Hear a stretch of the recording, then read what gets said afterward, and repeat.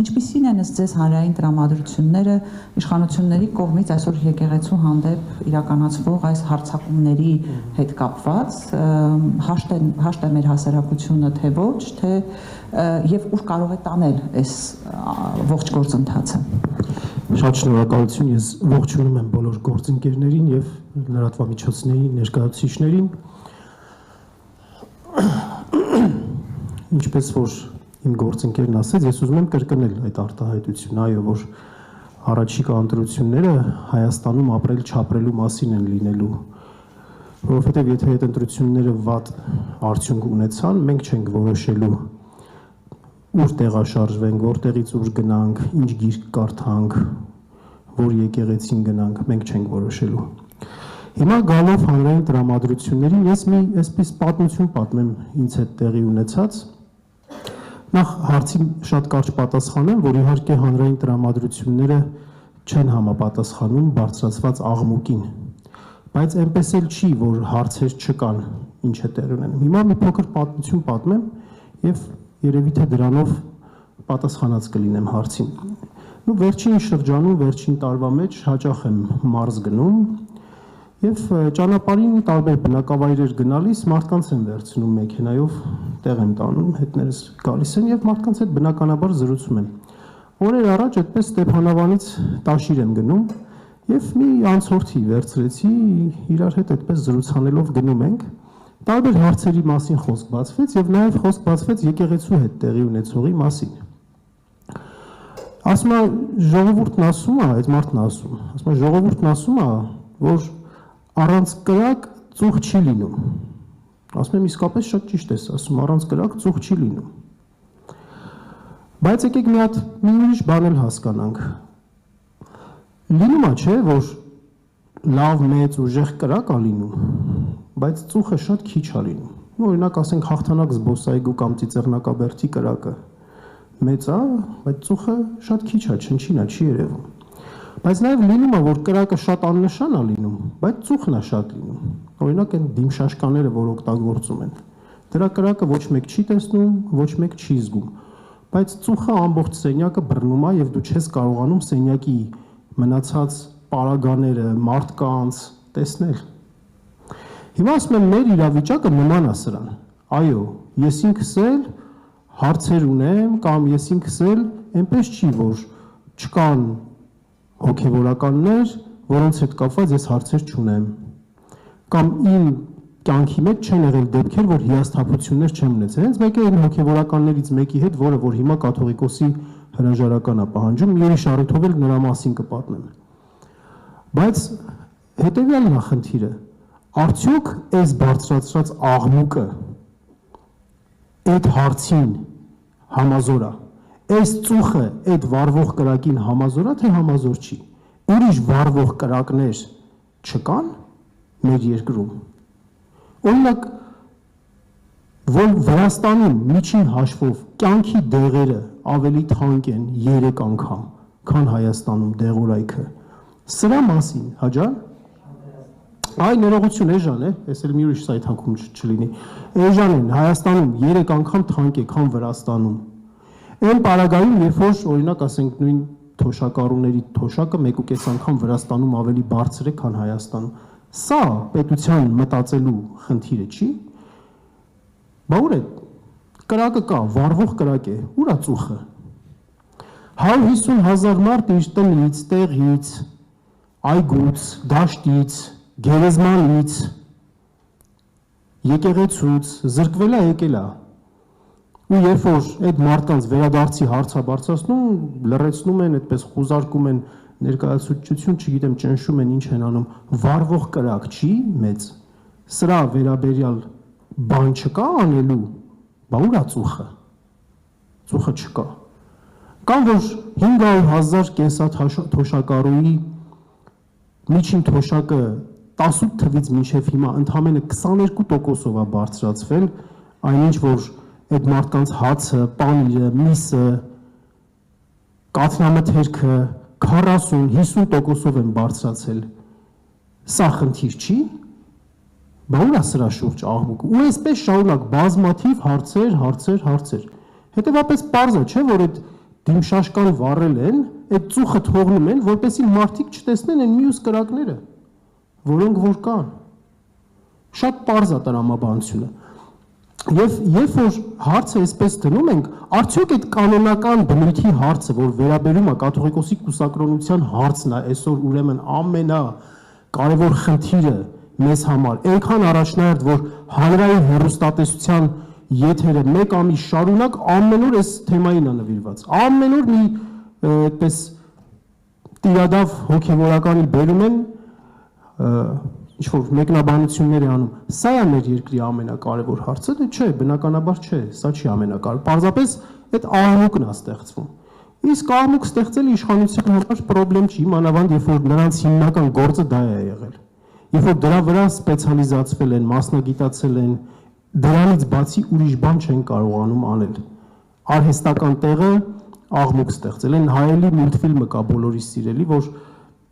իրականում սատանա չկա, բայց ինչ որ մեկը որ գոռում է, որ սատանա կա, հետո ամբողջ քաղաքը ասում է սատանա կա քաղաքում, սատանա կա քաղաքում, սատանա կա քաղաքում։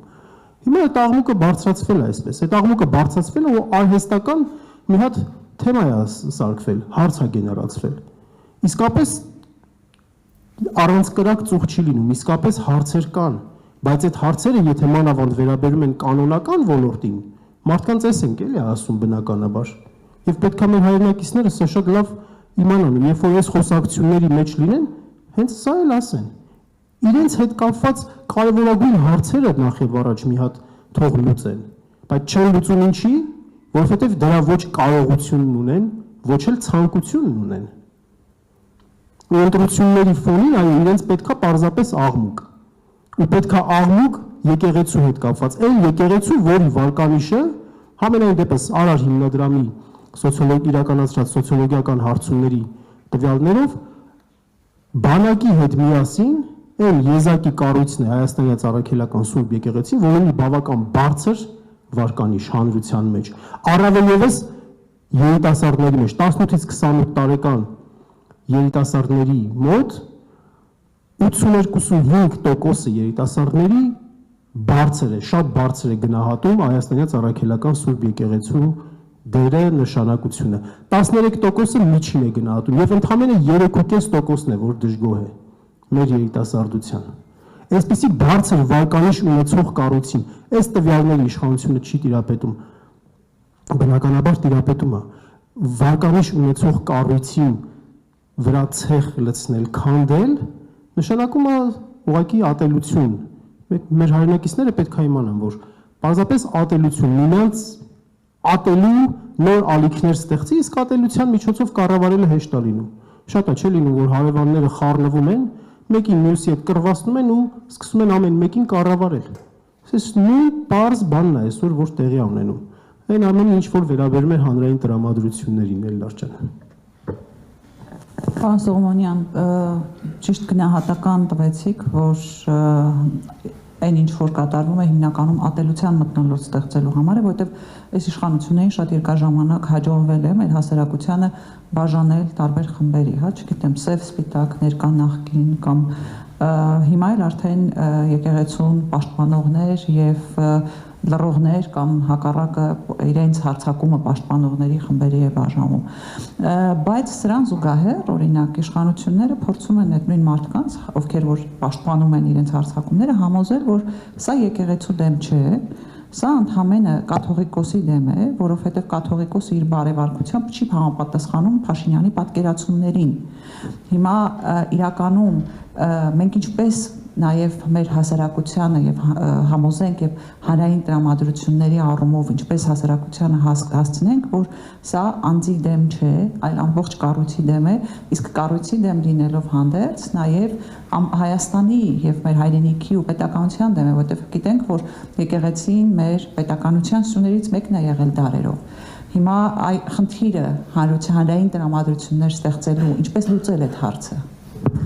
Շատ շնորհակալություն, այո, պետք է խոսել եւ հնարավորինս մանրամասն եւ մատչելի ասել, բացատրել, որ սա ոչ Գարեգին երկրորդի անձի դեմ չէ այս ամբողջը, այլ Հայաստանյան Առաքելական Սուրբ եկեղեցու հետեւյալ պատճառներով։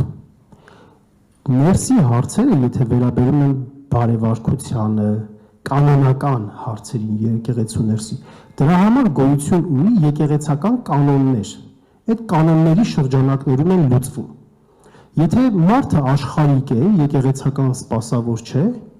ինքը դառնում է ծխի անդամ, մասնակցում է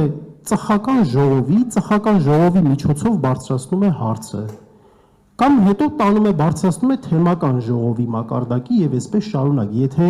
դու ունես իրական մտահոգություն, անհանգստություն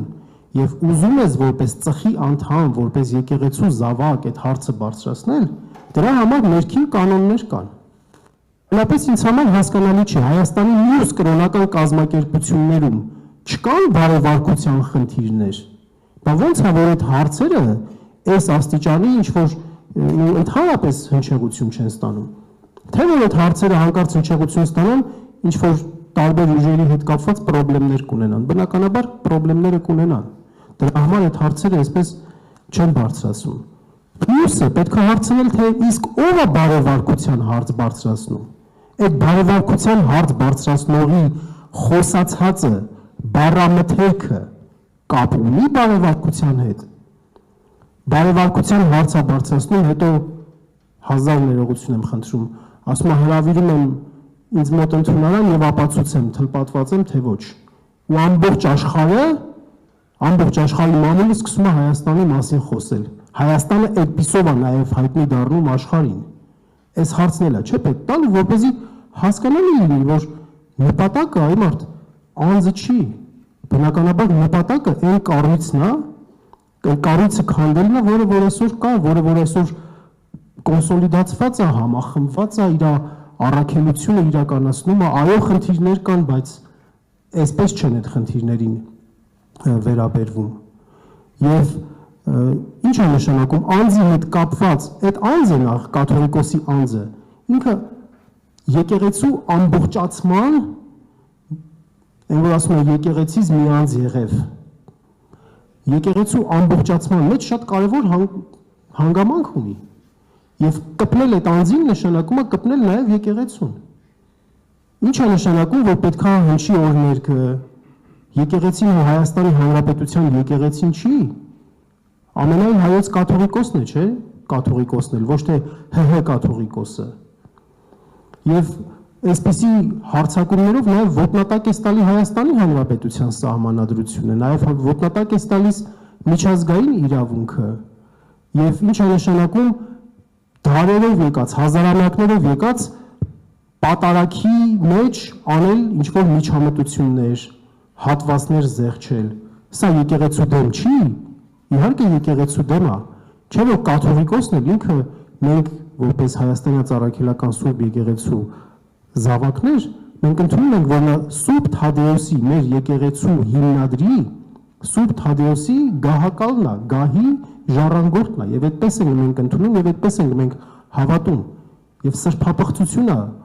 դիպչել այդպիսի հարցերի, այսքանը, շնորհակալ եմ։